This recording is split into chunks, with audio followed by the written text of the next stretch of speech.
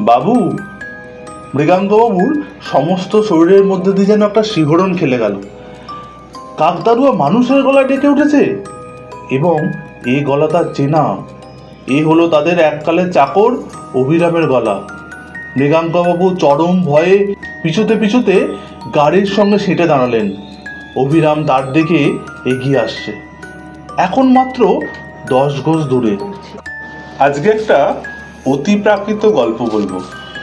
গল্পের নাম কাকতাড়ুয়া, লেখক সত্যজিৎ রায়। তাহলে শুরু করি। মৃগাঙ্কবাবুর সন্দেহটা যে অমূলক নয় সেটা প্রমাণ হলো পানাগড়ের কাছাকাছি এসে। গাড়ির পেট্রোল ফুরিয়ে গেল। পেট্রোলের ইন্ডিকেটারটা কিছুকাল থেকেই গোলমাল করছে। সে কথা আজ বেরোবার মুখেও ড্রাইভার সুধীরকে তিনি বলেছেন, কিন্তু সুধীর গা করেনি। আসলে কাঁটা যা বলছিল তার থেকে কম পেট্রোল ছিল ট্যাঙ্কে। এখন কি হবে জিজ্ঞাসা করলেন মৃগাঙ্কবাবু। আমি পানাগড় চলে যাচ্ছি, বলল সুধীর। সেখান থেকে তেল নিয়ে আমি আসব। পানাগড় এখান থেকে কত দূর? মাইল 3 হবে। তার মানে তো 2-2.5 ঘন্টার মামলা। শুধু তোমার দোষেই এটা হলো। এখন আমার অবস্থাটা কি হবে ভেবে দেখেছো? মৃগাঙ্কবাবু ঠান্ডা মেজাজের মানুষ। ভৃত্যস্থানীয়দের ওপর তিনি বিশেষ চোটপাট করেন না, কিন্তু 2.5 ঘন্টা এই খোলা মাঠের মধ্যে একা গাড়িতে বসে থাকতে হবে জেনে মেজাজটা খিটখিটে হয়ে গিয়েছিল। তাহলে আর দেরি করো না, বেরিয়ে পড়ো। 8টার মধ্যে কলকাতা ফিরতে পারবো তো? এখন 3:30 বাজে। তা পারবো বাবু, এই নাও টাকা। আর ভবিষ্যতে এমন ভুলটি আর করো না কখনো। লং জার্নিতে এইসব রিস্কের মধ্যে যাওয়া কখনো উচিতই নয়। সুধীর টাকা নিয়ে চলে গেল পানাগড়ের অভিমুখে। মৃগাঙ্ক শেখর মুখোপাধ্যায় খ্যাতনামা জনপ্রিয় সাহিত্যিক। দুর্গাপুরে একটা ক্লাবের সাংস্কৃতিক অনুষ্ঠানে তাকে ডাকা হয়েছিল মানপত্র দেওয়া হবে বলে। ট্রেনের রিজার্ভেশন পাওয়া যায়নি, তাই মোটরে যাত্রা। সকালে চা খেয়ে বেরিয়েছেন, আর ফেরার পথে এই দুর্যোগ। মৃগাঙ্কবাবু কুসংস্কারে বিশ্বাস করেন না। পাঁজিতে দিনক্ষণ দেখে যাত্রা করাটা তার মতে কুসংস্কার। কিন্তু আজ পাঁজিতে তার যাত্রা নিষিদ্ধ বললেও তিনি অবাক হবেন না। আপাতত গাড়ি থেকে নেমে আর ভেঙে একটা সিগারেট ধরিয়ে তিনি তার চারিদিকে ঘুরে দেখে নিলেন। মাঘ মাস, ক্ষেত থেকে ধান কাটা হয়ে গেছে। চারিদিক ধুধু করছে মাঠ। দূরে, বেশ দূরে একটা মাত্র কুঁড়ে ঘর একটা তেঁতুল গাছের পাশে দাঁড়িয়ে আছে। এছাড়া বসতির কোনো চিহ্ন নেই। আরও দূরে রয়েছে এক সারি তাল গাছ, আর সব কিছুর পিছনে জমাট বাঁধা বন। এই হলো রাস্তার একদিক, অর্থাৎ পূর্ব দিকের দৃশ্য। পশ্চিমেও বিশেষ পার্থক্য নেই। রাস্তা থেকে 40-50 হাত দূরে একটা পুকুর রয়েছে, তাতে জল বিশেষ নেই। গাছপালা যা আছে তা 2-1টা বাবলা ছাড়া সবই দূরে। এদিকেও 2টো কুঁড়ে ঘর রয়েছে, কিন্তু মানুষের কোনো চিহ্ন নেই। আকাশে উত্তরে মেঘ দেখা গেলেও এদিকে রোদ। মাঠের মধ্যে দাঁড়িয়ে আছে একটা কাকতাড়ুয়া। শীতকাল হলেও রোদের তেজ আছে বেশ। তাই মৃগাঙ্কবাবু গাড়িতে ফিরে এলেন। তারপর ব্যাগ থেকে একটা গোয়েন্দা কাহিনী বার করে পড়তে আরম্ভ করলেন। এর মধ্যে 2টো অ্যাম্বাসাডার আর একটা লরি গেছে তার পাশ দিয়ে, তার মধ্যে একটা কলকাতার দিকে। কিন্তু কেউ তার অবস্থা জিজ্ঞেস করার জন্য থামেনি। মৃগাঙ্কবাবু মনে মনে বললেন, বাঙালিরা এ ব্যাপারে বড় স্বার্থপর হয়। নিজের অসুবিধা করে পরের উপকার করাটা তাদের কুষ্ঠিতে লেখা থাকে না। তিনি নিজেও কি এদের মতোই ব্যবহার করতেন? হয়তো তাই। তিনিও তো বাঙালি। লেখক হিসেবে তার খ্যাতি আছে ঠিকই, তো তাতে তার মজ্জাগত দোষগুলোর কোনো সংস্কার হয়নি। উত্তরের মেঘটা অপ্রত্যাশিতভাবে দ্রুত এগিয়ে এসে সূর্যটাকে ঢেকে ফেলেছে। সঙ্গে সঙ্গে একটা ঠান্ডা হাওয়া। মৃগাঙ্কবাবু ব্যাগ থেকে পুলোভারটা বার করে পরে নিলেন। এদিকে সূর্য দ্রুত নিচের দিকে নেমে আসছে। 5টার মধ্যেই অস্ত যাবে, তখন ঠান্ডা বাড়বে। কি মুশকিলে যে ফেললো তাকে সুধীরটা। মৃগাঙ্কবাবু দেখলেন যে বইয়ে তিনি মন দিতে পারছেন না। তার থেকে নতুন একটা গল্পের প্লট ভাবলে কেমন হয়। ভারত পত্রিকা তার কাছ থেকে একটা গল্প চেয়েছে, সেটা এখনো লেখা হয়নি। একটা প্লটের খানিকটা মাথায় এসেছে, এই পথটুকু আস্তে আস্তে। মৃগাঙ্কবাবু নোটবুক বার করে কয়েকটা পয়েন্ট লিখে ফেললেন। না, গাড়িতে বসে আর ভালো লাগে না। খাতা বন্ধ করে আবার বাইরে এসে দাঁড়িয়ে আরেকটা সিগারেট ধরালেন মৃগাঙ্কবাবু। তারপর কয়েক পা সামনে এগিয়ে রাস্তার মাঝখানে দাঁড়িয়ে এদিক ওদিক দেখে তার মনে হলো বিশ্ব চরাচরে যেন তিনি একা। এমন একা তিনি কোনোদিন অনুভব করেননি। না, ঠিক একা নয়, একটা নকল মানুষ আছে কিছুটা দূরে দাঁড়িয়ে, ওই কাকতাড়ুয়াটা। মাঠের মধ্যে এক জায়গায় কি যেন একটা শীতের ফসল রয়েছে একটা ক্ষেতে, তারই মাঝখানে দাঁড়িয়ে আছে কাকতাড়ুয়াটা। একটা খাড়া বাঁশ মাটিতে পোঁতা, তার সঙ্গে আড়াআড়িভাবে একটা বাঁশ ছড়ানো হাতের মতো দুদিকে বেরিয়ে রয়েছে। এই হাত দুটো গলানো রয়েছে একটা ছেঁড়া জামার দুটো আস্তিনের মধ্যে দিয়ে। খাড়া বাঁশটার মাথায় রয়েছে একটা উপর করা মাটির হাঁড়ি। দূর থেকে বোঝা যায় না, কিন্তু মৃগাঙ্কবাবু অনুমান করলেন সেই হাঁড়ির রং কালো, আর তার উপরে সাদা রং দিয়ে আঁকা আছে ড্যাবা ড্যাবা চোখ মুখ। আশ্চর্য, এই জিনিসটা পাখিরা আসল মানুষ ভেবে ভুল করে, আর তার ভয়ে খেতে এসে উৎপাত করে না। পাখিদের বুদ্ধি কি এতই কম? কুকুর তো ভুল করে না, তারা মানুষের গন্ধ পায়। কাক চড়ুই কি তাহলে সেই গন্ধ পায় না?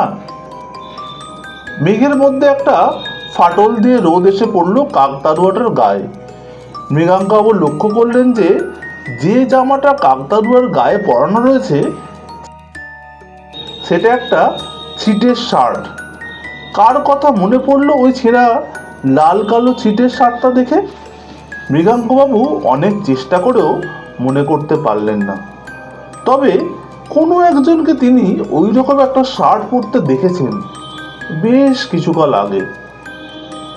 আশ্চর্য, ওই একটা নকল প্রাণী ছাড়া আর কোনো প্রাণী নেই, মৃগাঙ্কবাবু আর ওই কাকতাড়ুয়া। এই সময়টা খেতে কাজ হয় না বলে গ্রামের মাঠে ঘাটে লোকজন কমই দেখা যায় ঠিকই, কিন্তু এই রকম নির্জনতা মৃগাঙ্কবাবুর অভিজ্ঞতায় এই প্রথম। মৃগাঙ্কবাবু ঘুরে দেখলেন 4:20, সঙ্গে ফ্লাক্সে চা আছে, সেইটে সদ্ব্যবহার করা যেতে পারে। গাড়িতে ফিরে এসে ফ্লাক্স খুলে ঢাকনায় চা ঢেলে খেলেন মৃগাঙ্কবাবু। শরীরটা একটু গরম হলো। কালো মেঘের মধ্যে ফাঁক দিয়ে সূর্যটাকে একবার দেখা গেল। কাকতাড়ুয়াটার গায়ে পড়ছে লালচে রোদ। দূরের তালগাছটার মাথার কাছে এসেছে, আর মিনিট 5 মধ্যেই অস্ত যাবে। আর একটা অ্যাম্বাসাডার মৃগাঙ্কবাবুর গাড়ির পাশ দিয়ে বেরিয়ে গেল। মৃগাঙ্কবাবু আরেকটু চা ঢেলে খেয়ে আবার গাড়ি থেকে নামলেন। সুধীরের আসতে এখনো ঘন্টাখানেক দেরি। কি করা যায়? পশ্চিমের আকাশ এখন লাল, সেদিক থেকে মেঘ সরে এসেছে। চ্যাপ্টা লাল সূর্যটা দেখতে দেখতে দিগন্তের আড়ালে চলে গেল। এবার ঝপ করে অন্ধকার নামবে। কাকতাড়ুয়া। কেন জানি মৃগাঙ্কবাবু অনুভব করছেন প্রতিটা মুহূর্ত ওই নকল মানুষটা যেন তাকে বেশি করে আকর্ষণ করছে। সেটার দিকে একদৃষ্টে চেয়ে থাকতে থাকতে মৃগাঙ্কবাবু কতগুলো জিনিস লক্ষ্য করে একটা হৃদকম্প অনুভব করলেন। ওটার চেহারায় সামান্য পরিবর্তন হয়েছে কি?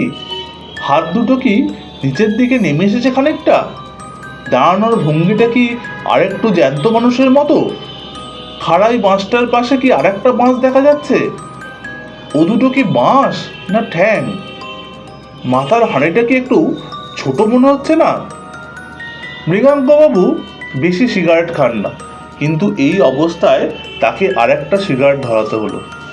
তিনি এই তেপান্তরের মাঠে একা দাঁড়িয়ে থাকতে থাকতে চোখে বোধহয় ভুল দেখছেন। কাকতাড়ুয়া কখনো জ্যান্ত হয়ে ওঠে? কখনো না। কিন্তু মৃগাঙ্কবাবুর দৃষ্টি আবার কাকতাড়ুয়াটার দিকে গেল। কোনো সন্দেহ নেই, সেটা জায়গা বদল করেছে। সেটা ঘুরে দাঁড়িয়ে তার দিকে খানিকটা এগিয়ে এসেছে না, আসছে। খুঁড়িয়ে খুঁড়িয়ে চলা, কিন্তু দু পায়ে চলা।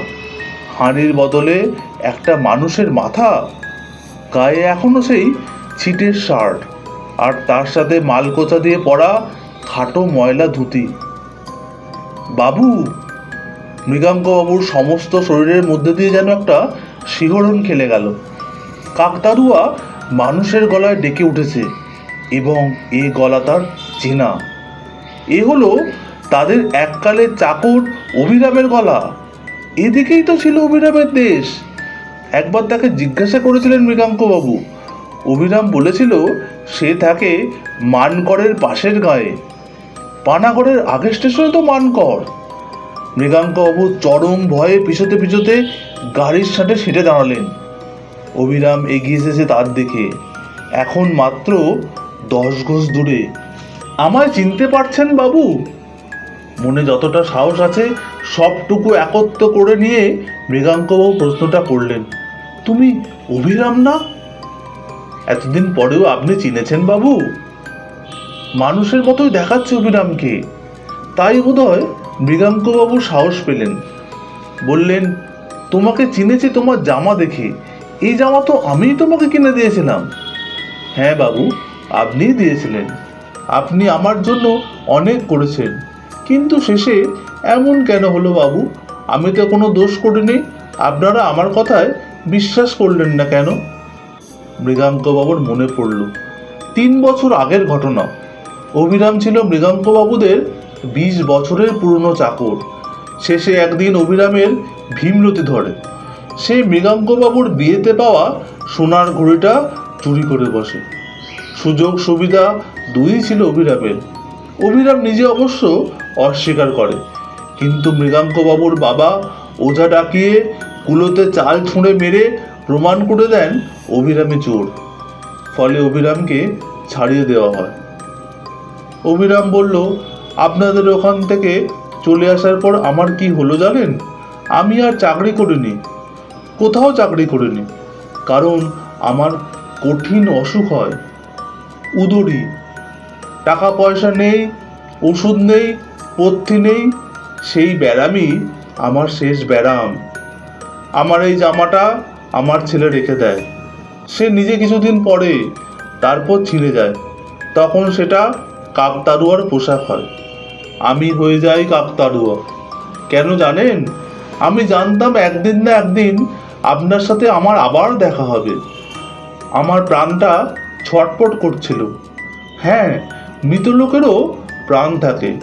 আমি মরে গিয়ে যা জেনেছি সেটা আজ আপনাকে বলতে চাইছি।